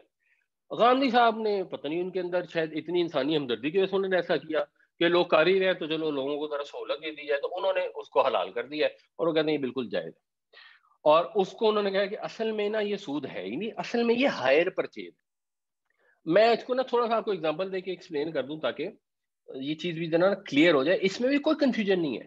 وہ لوگ جو کاروبار کرتے ہیں یا وہ لوگ جو بینکوں میں کام کرتے ہیں یا کرتے رہے ہیں, ان کو بالکل صاف کرسٹل کلیئر ہے, روز روشن کی طرح آیا ہے کہ مارگیج سود ہوتا ہے. ان کو کوئی کنفیوژن نہیں ہے. اور اس جب غامدی صاحب نے یہ فتویٰ نیا نکالے نا, تو اس پہ ان کو علماء سے زیادہ نہیں آ رہی جس کو کہنا چاہیے ریبٹل, بلکہ عام کامن آدمی اس کے اوپر کامنٹ کرتے ہیں کہ یہ کس قسم کی عجیب و غریب قسم کی بات ہے. مارگیج سود ہے, ہمیں بھی پتا ہے سود ہے, تو کامن سینس سے سود ہے, اس کو آپ نے کہاں سے کرایہ بنا دیا. بٹ جسٹ فار انڈرسٹینڈنگ, اس کانسیپٹ کو سمجھنے کے لیے, لیٹ سے ایک گھر ہے 1 کروڑ روپے کا, کسی نے 10 سال کے عرصے کے لیے اس کو مارگیج کرا لی ہے, اور جو اینول انٹرسٹ ریٹ ہے 10%. تو اس میں جو بینکوں کی قسط بنتی ہے نا, وہ قسط بنے گی اگر آپ کیلکولیشن کریں گے فائنینشیل کیلکولیٹر پہ, تو 16,27,000 روپے کی قسط بنے گی ہر سال کی, یعنی تقریباً 1.25 لاکھ روپے مہینہ, اگر 10% انٹرسٹ ریٹ ہوگا. اب کیا ہوتا ہے کہ اس کی جو یہ 16,27,000 کی قسط بنتی ہے نا, اس کو بینک والے ایک امورٹائزیشن اسکیجول کی فارم میں لکھتے ہیں. یعنی آپ کا جو اوپننگ بیلنس تھا وہ 1 کروڑ روپیہ تھا, اور 1 کروڑ کا 10% ہوتا ہے 10 لاکھ روپے, 1 ملین. تو وہ جو 16 لاکھ تھے نا, اس میں کہتے ہیں 10 لاکھ تو ہو گیا انٹرسٹ, باقی جو بچا نا وہ پرنسپل ہے. وہ پرنسپل 1 کروڑ میں سے مائنس ہوگا تو اینڈنگ بیلنس بن گیا 93,72,000 روپے. جب اگلا سال آئے گا تو یہ اینڈنگ بیلنس یہ اگلے سال کا اوپننگ بیلنس ہو جائے گا. اب اس کا 10% 9,37,000 سود ہوگا, باقی جو اماؤنٹ ہوگی جو 16,27,000 میں سے مائنس کریں گے تو وہ پرنسپل کی مد میں گن لیں گے, اور وہ کہہ دیں گے جی اب آپ نے ہمارے 86 لاکھ روپے دینے. تو ایک امورٹائزیشن شیڈول بناتے ہیں, اور مثال کے طور پہ اگلے سال کو کہنا یار میں اب گھر پورا واپس لینا چاہتا ہوں, تو کہتے ہیں یار آپ نے 86,82,000 روپے دیں ہمیں اور اپنا گھر لے جائیں. یہ سلسلہ چلتا رہتا ہے, چلتے چلتے چلتے جب مثلا 9 سال گزر جاتے ہیں, تو 9 سال کے بعد جو اینڈنگ بیلنس ہے وہ بچ جاتا ہے 14,79,000 روپیہ. 10ویں سال کا پھر وہ اوپننگ بیلنس ہوتا ہے, اس پہ 10% سود ہے وچ از 1,48,000 روپے. اور جو 16,27,000 میں سے جب آپ یہ مائنس کرتے ہیں تو باقی ایگزیکٹ یہی اماؤنٹ بنتی ہے 14,79,504, اور اینڈنگ بیلنس 0 ہو جاتا ہے. اب آپ کا پورا لون پے ہو جاتا ہے.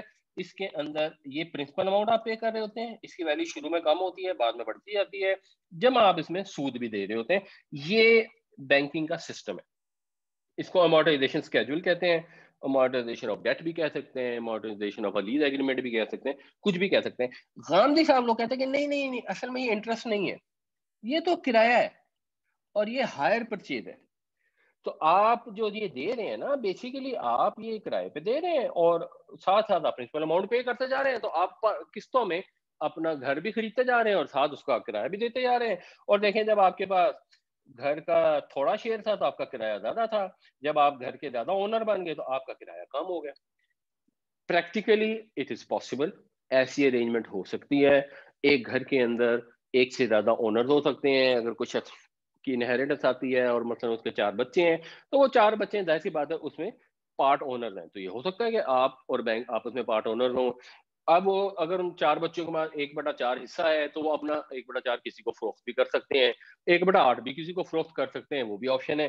تو اگر واقعی ایسا ہوا ہو کہ بینک ایکچولی ایک گھر خریدے اور اس کے اوپر آپ کو کہے کہ جی ٹھیک ہے یہ میں آپ سے قسطوں میں حصہ آپ کو بیچ رہا ہوں اور جتنا حصہ میرے پاس ہے اس کو میں آپ کو کرایہ چارج کر رہا ہوں, تو یہ اسلامک پروڈکٹ ایکچولی ہو سکتی ہے. بینک یہ نہیں کہتے کبھی بھی, جب وہ مارٹگیج کرتے ہیں وہ کہتے ہیں نہیں ہم نے آپ کو گھر مارٹگیج کر کے دیا, اس کے دیے پیسے اور یہ لون ہے, تو اور اس میں ہم جو چارج کر رہے ہیں وہ انٹرسٹ ہے, وہ اس کو رینٹ نہیں کہتے ایسے. اچھا فرض کریں ان کی بات صحیح ہوتی کہ اصل میں تو یہ بھیڑ بکری تھی اور غلطی سے کسی نے ان کو خنزیر کہہ دیا اور بڑی کنفیوژن ہو گئی ہے, تو اس کا لاجیکل نتیجہ کیا ہونا تھا؟ فرض کریں 5 سال گزر گئے, تو 5 سال گزر گئے تو اب یہ اینڈنگ بیلنس ہے 62 لاکھ روپے, یعنی آپ نے اب 62 لاکھ روپے بینک کے دینے ہیں اگر آپ خدا نخواستہ اس ارینجمنٹ میں گئے ہیں.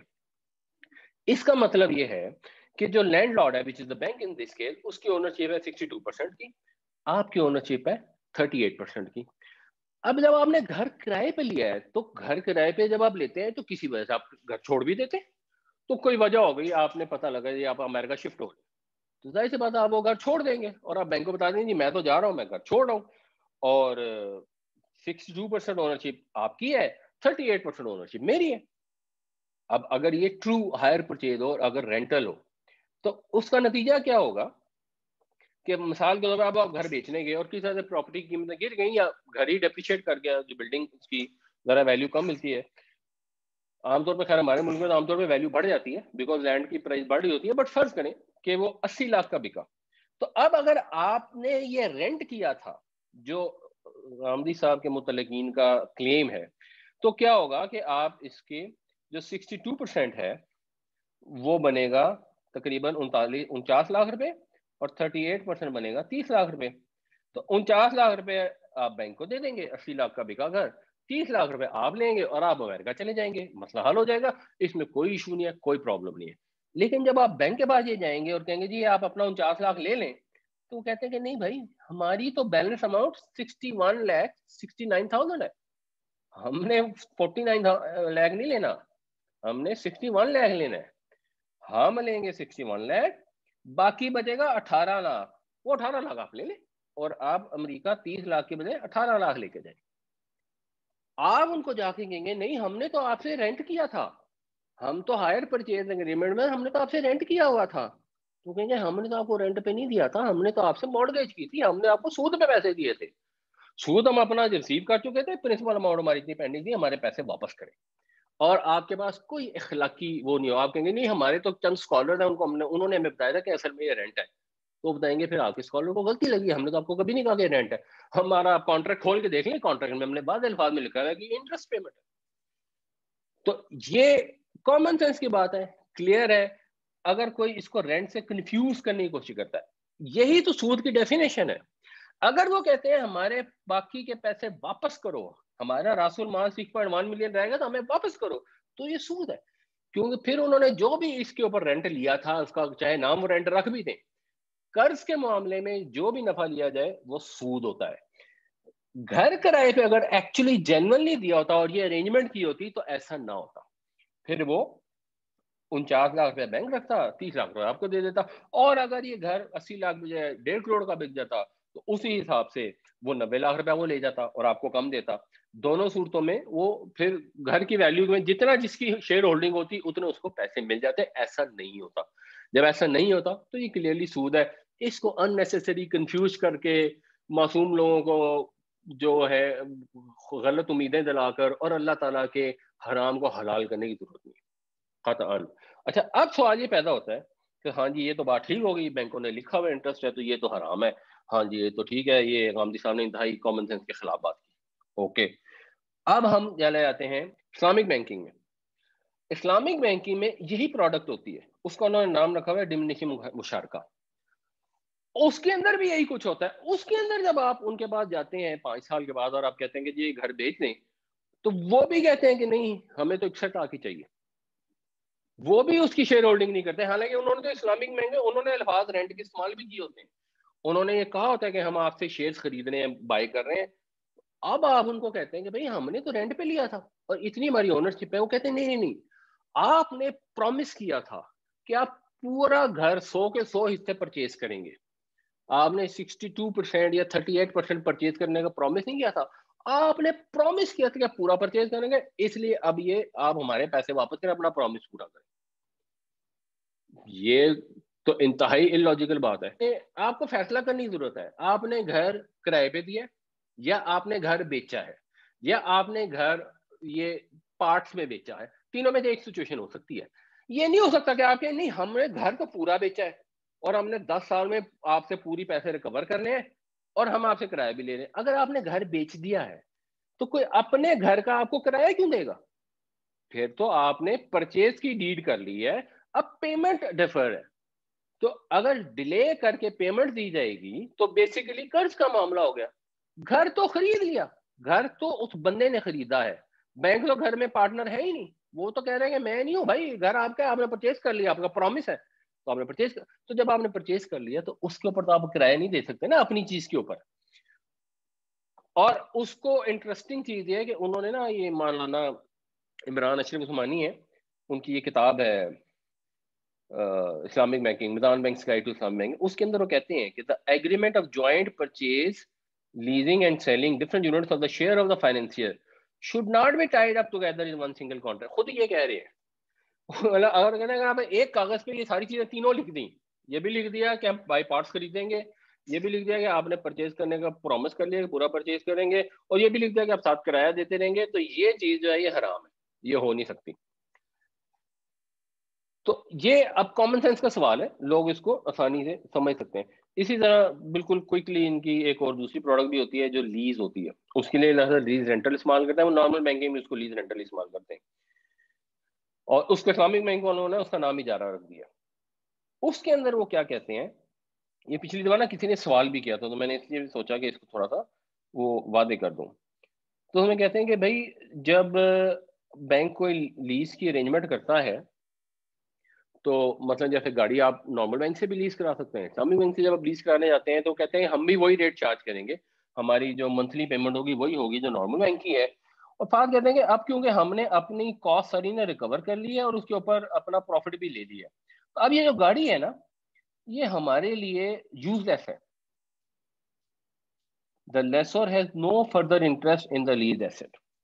اب کوئی بھی انسان جس کو ذرا سی بھی انڈرسٹینڈنگ ہے اکنامکس کی, 5 سال کے لیز پر اگر آپ نے گاڑی لی, 5 سال گزر گئے, اب وہ گاڑی کسی کے لیے یوز لیس کیسے ہو سکتی ہے؟ ہمارے ملک میں تو جنرلی آپ جتنی گاڑی لیتے ہیں اس سے کوئی زیادہ کی ہو جاتی ہے 5 سال بعد, گاڑیوں کی قیمتیں بڑھ رہی ہوتی ہیں. تو بینک کہہ رہے ہیں ہمارے لیے یوز لیس ہے.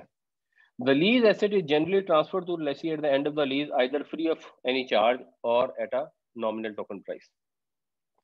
اور اس کو بھی انہوں نے یہی فرمایا ہے کہ یہ جو ایگریمنٹ میں جا رہا ہے نا, should not be subject to signing this promise of sale or gift, but the promise should be recorded in a separate document. مطلب کہنے کا یہ کہ اگر آپ نے ایک کاغذ پہ یہ لکھ دیا کہ ہم آپ کو گاڑی رینٹ کر رہے ہیں اور دوسرے پہ لکھا کہ ہم آپ کو اینڈ میں گفٹ بھی کر دیں گے, تو یہ حرام ہے. اگر ایک ہی پہ دونوں چیزیں لکھ دی تو یہ حرام ہے, ایک پہ یہ لکھ دی اور ایک پہ گفٹ لکھ دیا تو اب یہ حلال ہے.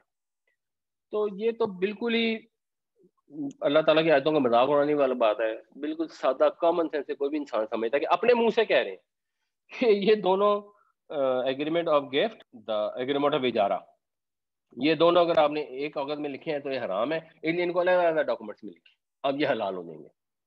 تو اس کے لیے تو کسی کو کوئی دین کی بہت زیادہ نالج ہونے کی ضرورت نہیں ہے یہ سمجھنے کے لیے کہ یہ سادہ سادہ الفاظ میں سود ہی ہے, اور اصل میں انہوں نے آپ کو گاڑی گفٹ کیا کرنی ہے, انہوں نے وہی سود کا کانٹریکٹ تھا جو نارمل بینک کا کانٹریکٹ تھا. اگر وہ آپ کو گاڑی اینڈ میں نہ دیتے تو لوگ آپ کے پاس آتے نا, وہ چلے جاتے دوسرے بینکوں سے لینے کے لیے جہاں پہ اینڈ میں ان کو گاڑی مل جانی تھی. تو انہوں نے سارا کوئی وہی کر دیا, اوپر اس کے نا نام لکھ دیے اور بسم اللہ پڑھ دی. اور ان کے دلیل بھی یہی ہے کہ اگر آپ بسم اللہ پڑھتے ہیں نا تو چیز حلال ہو جاتی ہے, جیسے آپ بکرا ذبح کرنے لگتے تو بسم اللہ کا تو فرق ہوتا ہے, آپ نے بسم اللہ پڑھی ہے تو وہ حلال ہے, نہیں پڑھی ہے تو حرام ہے, تو ہم نے بھی اس کے اوپر بسم اللہ پڑھ دی. یہ خود ان ایک سیلف اتنی لاجیکل دلیل ہے. اللہ تعالیٰ نے ایک چیز بائی ڈیفالٹ فی نفسی ہی حلال پیدا کی ہے, اور اس میں ایک حرمت کا پہلو ہے جو نبی کریم صلی اللہ علیہ وسلم نے ہمیں تعلیم فرما دی ہے کہ آپ نے اگر بکری کھانی ہے تو آپ نے اس کا خون بھی بہانا ہے جو بہایا جا سکتا ہے, اور اس کے اوپر تکبیر پڑھنی ہے, تب وہ حلال ہوگی. بٹ بائی ڈیفالٹ وہ چیز حلال ہے نا. آپ خنزیر کو تو بسم اللہ پڑھ کے حلال نہیں کر سکتے, سود تو ہے ہی حرام, اس کے اوپر بسم اللہ کے کاغذ لگا دینے سے سود حلال تھوڑی ہو جائے گا. تو اس پہ جو تھوڑی میری ڈیٹیل ڈسکشن ہے وہ بھی میں انشاءاللہ آپ لوگوں کو لنک شیئر کر دوں گا. وہ اس میں پہلے میں نے ویسے شیئر کیا تھا, اس میں Day 2 کی جو ڈسکشن ہے نا, اس میں اسلامک بینکنگ کے پروڈکٹس کا ایک دو اور بھی ان کے پروڈکٹ ہیں, ان کا بھی ڈیٹیل سے جائزہ لیا گیا. تو جس کو انٹرسٹ ہو وہ اس کو دیکھ سکتا ہے. I'll just try to break it down in small segments, اور کلپس جو ہے نا وہ آپ کے ساتھ انشاءاللہ شیئر کر دوں گا. سر یہ پوچھنا تھا کہ آپ نے کہا تھا کہ ایسے کسی کو ہم نے اگر قرض دیا ہوا ہے اور مطلب وہ نہیں دے سکتا یا اس کو ہم معاف کر دیتے ہیں, تو وہ اس کو زکوٰۃ میں بھی ہم شامل کر سکتے ہیں یا صدقات میں شامل کریں گے؟ دیکھیں کر بھی سکتے ہیں, اگر اب وہ نا نیت پہ ڈیپینڈ کرتا ہے. بعض کا کیا ہوتا ہے کہ آپ نے قرض دیا ہوا ہے جو بندہ جان بوجھ کے آپ کو نہیں دے رہا, اور آپ کہتے ہیں یار مجھ سے واپس تو ملنا نہیں, چلو میں زکوٰۃ میں ہی کاؤنٹ کر لوں, تو وہ صحیح نہیں ہے. لیکن آپ کو جینوئن لگے کہ ہاں یہ بندہ مجبور ہے اور آپ کی زکوٰۃ بھی پینڈنگ ہے, تو میرا خیال ہے کر سکتے ہیں. بہرحال یہ کوئی مفتی اس پہ بہتر بتا سکتے ہیں, میری ذاتی انڈرسٹینڈنگ تو یہ کہ شاید کر سکتے ہیں. میں پرسنلی اس کو پسند نہیں کروں گا تاکہ شبہ نہ پڑے, مگر غالباً اجازت ہوگی.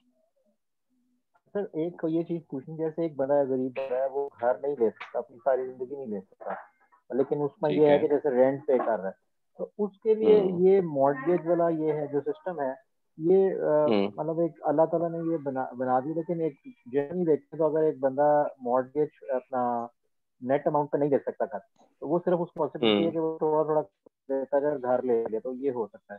یہ پھر یہ مطلب آئے گا سود کے زمرے میں.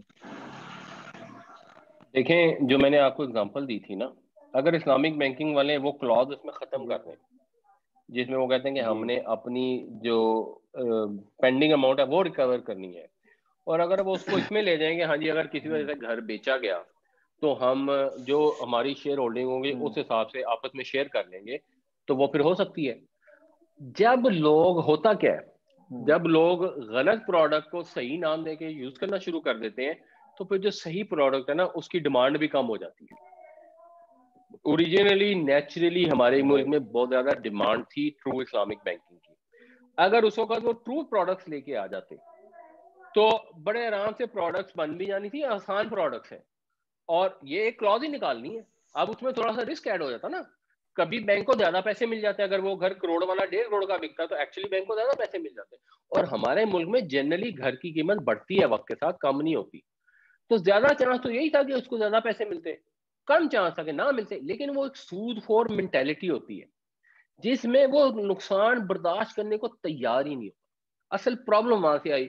اب دوسری پرابلم یہ آ گئی کہ انہوں نے اسلامک بینکنگ کا نام رکھ کے اس کے اوپر مفتی صاحبان کے فتوے لے کے اس کو پورے ملک میں پھیلا دیا, اور لوگ ویسے ہی مطمئن ہو گئے کہ اچھا جی اگر ہم سود کا کام نہیں کرنا چاہتے تو ہم یہ اس سے کام کر لیتے ہیں.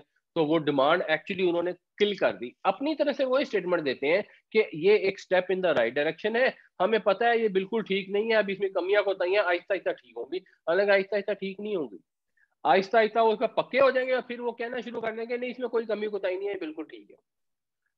تو اگر آج کسی کو گھر خریدنا ہے تو معاشرے میں وہ لوگ جو انویسٹمنٹ کرنا چاہتے ہیں اس کے ساتھ جینوئن ہائر پرچیز ایگریمنٹ کر لیں, اور جینوئن ایگریمنٹ کر لیں, اور اس طرح کر لیں کہ وہ جب مثلا گھر کے 100 حصے کر لیں, ان کی ایک ایکسپیکٹڈ ویلیو رکھ لیں, جیسے جیسے جتنے حصے وہ خریدتا جائے گا باقی حصوں کا کرایہ چارج ہوگا, ورنہ نہیں ہو.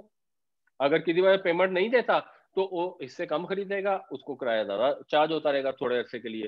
اور اگر کبھی اس کے پاس پیسے آ جاتے ہیں وہ جلدی پیمنٹ کر دیتا ہے تو وہ زیادہ اس سے خرید لے گا, تو اس کا کرایہ مزید کم ہو جائے گا, اور ہو سکتا ہے بڑی جلدی وہ خرید لے. تو یہ جینوئن پروڈکٹ ہو سکتی ہے, کیونکہ بینکوں والے کرنا نہیں چاہتے, وہ ان کی مرضی کی بات ہے.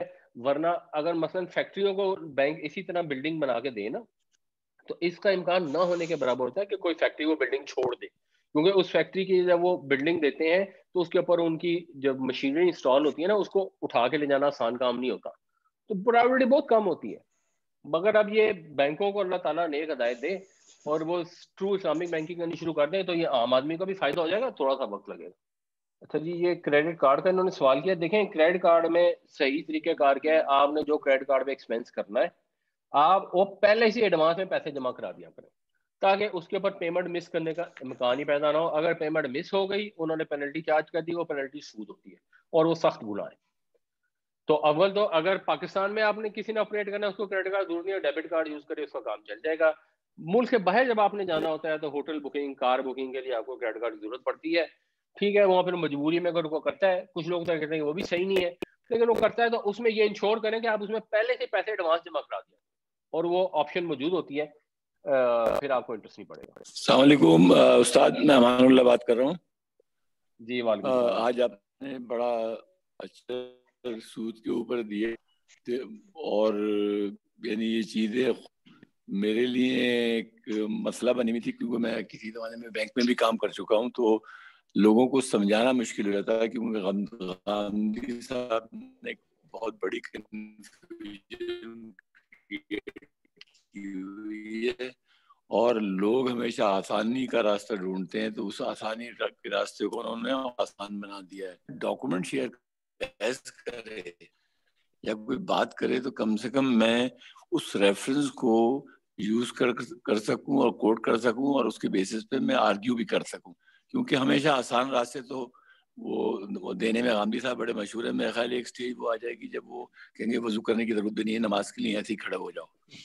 خیر, تو میری ریکویسٹ آپ سے یہی ہے کہ کوئی ڈاکومنٹ ایسا دے دیں, اپنے اس پہ پیج پہ ڈال دیں اپنے جو ہے, تاکہ ہم لوگ اس کو یا پہ یا کہیں پر بھی آپ ویسا کر دیں تاکہ ہم اس کو سے ایڈوانٹیج لے سکیں. اچھا ایک میں نے آپ کو پہلے بھیجا تھا اسلامک بینکنگ کے اوپر نا ڈاکومنٹ، اگر شاید وہ آپ کی نظر سے نہ گزرا ہو تو میں واٹس ایپ میں بھی دوبارہ بھیج دیتا ہوں اور یوٹیوب میں کہیں لنک بھی ڈال دوں گا انشاءاللہ. میرا کویشچن یہ ہے کہ ابھی جو امان اللہ صاحب یا ان سے پہلے ایک صاحب نے سوال یہ کیا تھا کہ ایک غریب آدمی ہے اور وہ ساری زندگی اپنا مکان نہیں خرید سکتا، تو اگر وہ مارٹگیج کرا لیتا ہے اور وہ ایز اے کرایہ گھر کا کرایہ کے حساب سے اپنی قسطیں دیتا رہتا ہے تو کبھی نہ کبھی وہ گھر کا مالک ہو جائے گا. تو آپ نے جب جواب دیا تھا تو آپ نے تو وہی دیا تھا کہ اس طرح کنڈیشن یہ اگر ہو یا اس میں سیل پوائنٹ کا حساب ہو تو وہ تب تو پاسبل ہے، ادروائز پاسبل نہیں. لیکن ان صاحب کا جو یہ پوچھنے کا مقصد یہ تھا کہ کسی غریب آدمی کے لیے کوئی ایگزمپشن ہے کہ نہیں ہے. دیکھیں جی میرا اس میں جواب یہ ہے کہ غریب آدمی کے لیے اس میں کوئی ایگزیمپشن اس کیس میں تو نہیں ہے. جو ایگزیمپشن کہیں کسی کے لیے بھی بنتی ہے نا وہ ان کیسز میں بنتی ہے جہاں پہ اس کی حالت بالکل مجبوری والی ہو جائے، جس مجبوری کی حالت میں جو حرام ہے نا وہ کھانے کی اجازت ہو جاتی ہے، مردار کھانے کی مثلا اجازت ہو جاتی ہے جو ہم پیچھے پڑھ رہے ہیں، وہ اضطرار کی کیفیت ہو جائے، اس کے اندر ایگزیمپشن ہو سکتی ہے. گھر کا مالک بننا کوئی ایسی چیز نہیں ہے جس کا مطلب جیسے جانے کی نوبت آ جائے، تو اس میں سود کے اوپر ایگزمپشن نہیں ہو سکتی. سر میں یہ پوچھنا چاہ رہا ہوں ایک قرض ہے اور ایک قرض حسنہ، ان دونوں میں کیا سیکنڈی یہ ذرا میں جاننا چاہ رہا ہوں. جی دیکھیں اکثر کمیونٹیز میں نا ڈفرینٹ وہ الفاظ استعمال ہوتے ہیں اس کے لیے. اسلام میں جو قرض لینے کی اجازت ہے نا وہ وہی قرض ہے جس میں سود نہیں ہوگا، وہ قرض حسن ہی ہے. کچھ لوگ یہاں قرض حسن اس کو بھی کہہ دیتے ہیں ہماری برادری میں، جس میں یہ نیت ہوتی ہے کہ دے دیے واپس تو دے دیے، نہ دیے تو نہ دیے، وہ اس کی ایک ایکسٹینشن ہے. بٹ بیسیکلی جس بینکنگ کی ٹرمینالوجی میں اس کو قرض حسن کہتے ہیں جس کے اندر سود نہیں ہوتا، یعنی جو اسلام میں آپشن ہے، the only option available in Islam. اس میں کچھ لوگ یہ بھی کہتے ہیں کہ اگر قرض حسنہ یہ ہے کہ اگر وہ بندہ فوت ہو گیا تو اس کا وہ قرض جو ہے نا وہ معاف ہو جائے گا، تو یہ کیا اس میں یہ ٹھیک ہے یہ کہنا کہ یہ قرض حسنہ کے اندر ہی آتا ہے یا نہیں؟ نہیں، وہ تو دیکھیں کچھ بھی کہتے ہیں نا. قرآن شریف میں جہاں قرض کی بات آئی تھی وہ تو اللہ تعالیٰ اپنے لیے استعمال کرتے ہیں کہ کون ہے جو دے گا اللہ کو قرضاً حسنا، اور پھر اللہ تعالیٰ اس کو بڑھا چڑھا کے تاکہ اس کو واپس کرے. تو وہ تو صدقات اور زکوٰۃ کے لیے استعمال ہوتا ہے. اب قرض حسن جو قرآنی ٹرم ہے وہ تو صدقات کے لیے اللہ کی راہ میں خرچ کرنے کے لیے استعمال ہوتی ہے. جو ہم نارمل لینگویج میں یوز کرتے ہیں وہ جن کمیونٹیز کے اندر نا اپنی اپنی ٹرمینالوجی ہوتی ہے، وہ کچھ بھی مطلب کر لیں ٹھیک ہے. اگر کوئی اس طرح کی ارینجمنٹ کرتا ہے کہ میں آپ کو لون دے رہا ہوں، اگر آپ فوت ہو گئے تو معاف ہے اور یہ قرض حسن ہے، دیٹس فائن، وہ ارینجمنٹ تو کی جا سکتی ہے، اس میں تو مسئلہ نہیں ہے. قرض کے معاف کرنے میں کوئی ایشو نہیں ہے اگر ول اپنی فری ول سے کیا جائے. قرض کے اوپر نفع لینے میں ایشو ہے، وہ پرابلم ہے.